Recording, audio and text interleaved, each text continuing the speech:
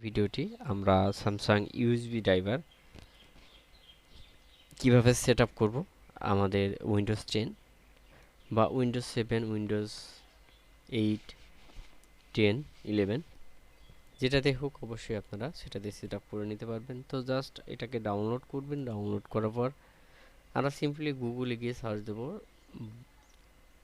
Samsung USB driver. তো যে site পাবেন অফিসিয়াল সাইট, সেখান থেকে আপনারা অবশ্যই এটি ডাউনলোড করে নেবেন। নেওয়ার পর আমি জাস্ট ওপেন করলাম এবং এখানে ইয়েস ক্লিক করে দিলাম। ইয়েস ক্লিক করে দেওয়ার পর আমরা এই স্যামসাং সেটটির অল স্যামসাং সেটের যে ইউএসবি ড্রাইভারটি রয়েছে, এই ড্রাইভারটি কিন্তু অবশ্যই খুব একটি গুরুত্বপূর্ণ ড্রাইভার।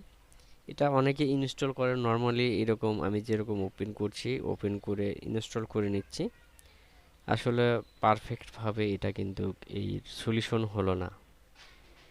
ইউএসবি ড্রাইভার ঢোকানোর ইনস্টল করার সময় অবশ্যই আপনার একটি স্যামসাং ফোন আপনার ইউএসবি কেবলে লাগিয়ে রাখবেন। না লাগিয়ে রাখলে কিন্তু হবে, ইনস্টল হবে না কেন, অবশ্যই হবে। সেটি কিন্তু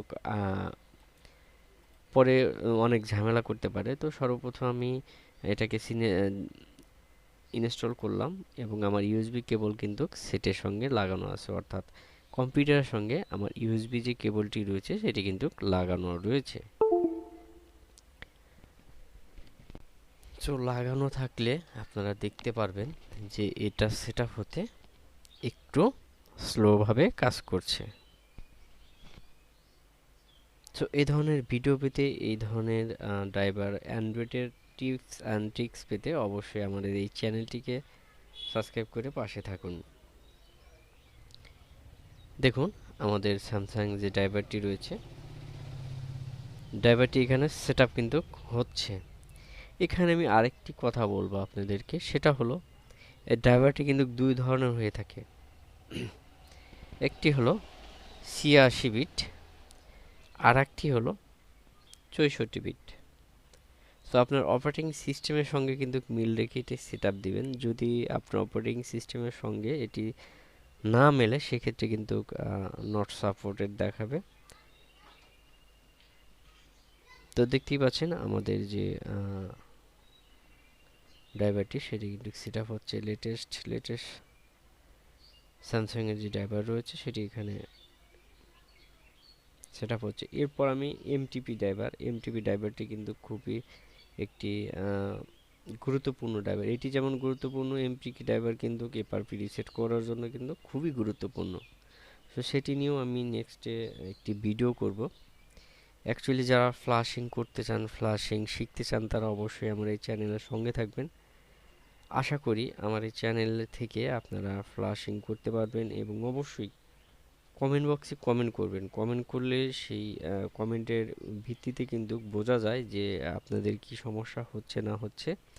আপনারা কমেন্ট করলে সেই আন্দাজে কিন্তু আমরা ভিডিও তৈরি করে থাকি, সেই নিয়ম অনুসারে কিন্তু তৈরি করে থাকি। তো দেখতেই পাচ্ছেন, আমি যদি আমার মোবাইল সেটটি যদি কম্পিউটারের সঙ্গে না লাগাতাম, তাহলে কিন্তু খুব তাড়াতাড়ি এটি সেট আপ হয়ে যেত। আর যেহেতু লাগানো আছে, সেক্ষেত্রে এটি ইনস্টল হতে একটু সময় নেবে। এই জিনিসটা আপনারা অবশ্যই ট্রাই করে দেখবেন। ট্রাই করে দেখে আমাকে কমেন্ট বক্সে জানাবেন যে আসলে এই ব্যাপারটি সঠিক কিনা। যদি আমি ইউএসবি কেবল ছাড়া এটা সেট আপ দিতাম, তাহলে অনেকটুক সময় কম লাগতো। আর আমি যেহেতু সেট অলরেডি লাগিয়ে দিয়েছি, যার ফলে এটি একটু ধীরে ধীরে ইনস্টল হবে। তো এতে ভয়ের কিছু নাই, আপনার সেটে কোনো সমস্যা হবে না। জাস্ট প্রপারলি যে হার্ডওয়্যারটি সেটি এখানে নিয়ে নেবে।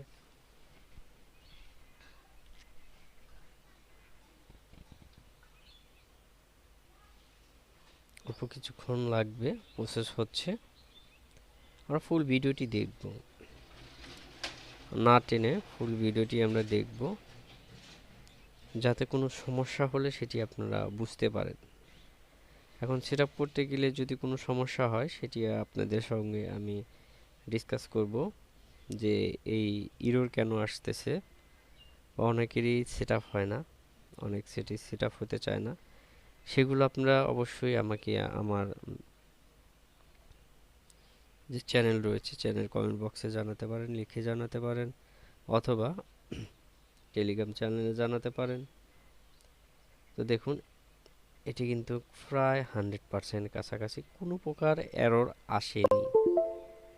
এবং দেখুন কমপ্লিটভাবে এটা কি ফিনিশ করে দিলাম। আমাদের স্যামসাং যে ইউএসবি ড্রাইভারটি রয়েছে ইনস্টল কিন্তু করা খুবই সহজ, এতে ভয়ের কিছু নাই। আপনারা দেখতেই পেলেন আমি আপনাদেরকে লাইভভাবে দেখালাম যে সেটআপ কিভাবে করতে হয়। নতুন নতুন ভিডিও পেতে অবশ্যই আমাদের এই চ্যানেলটিকে সাবস্ক্রাইব করে রাখবেন।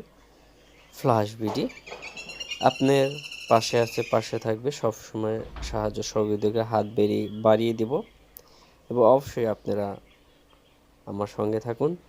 আশা করি সব ধরনের হেল্প পাবেন।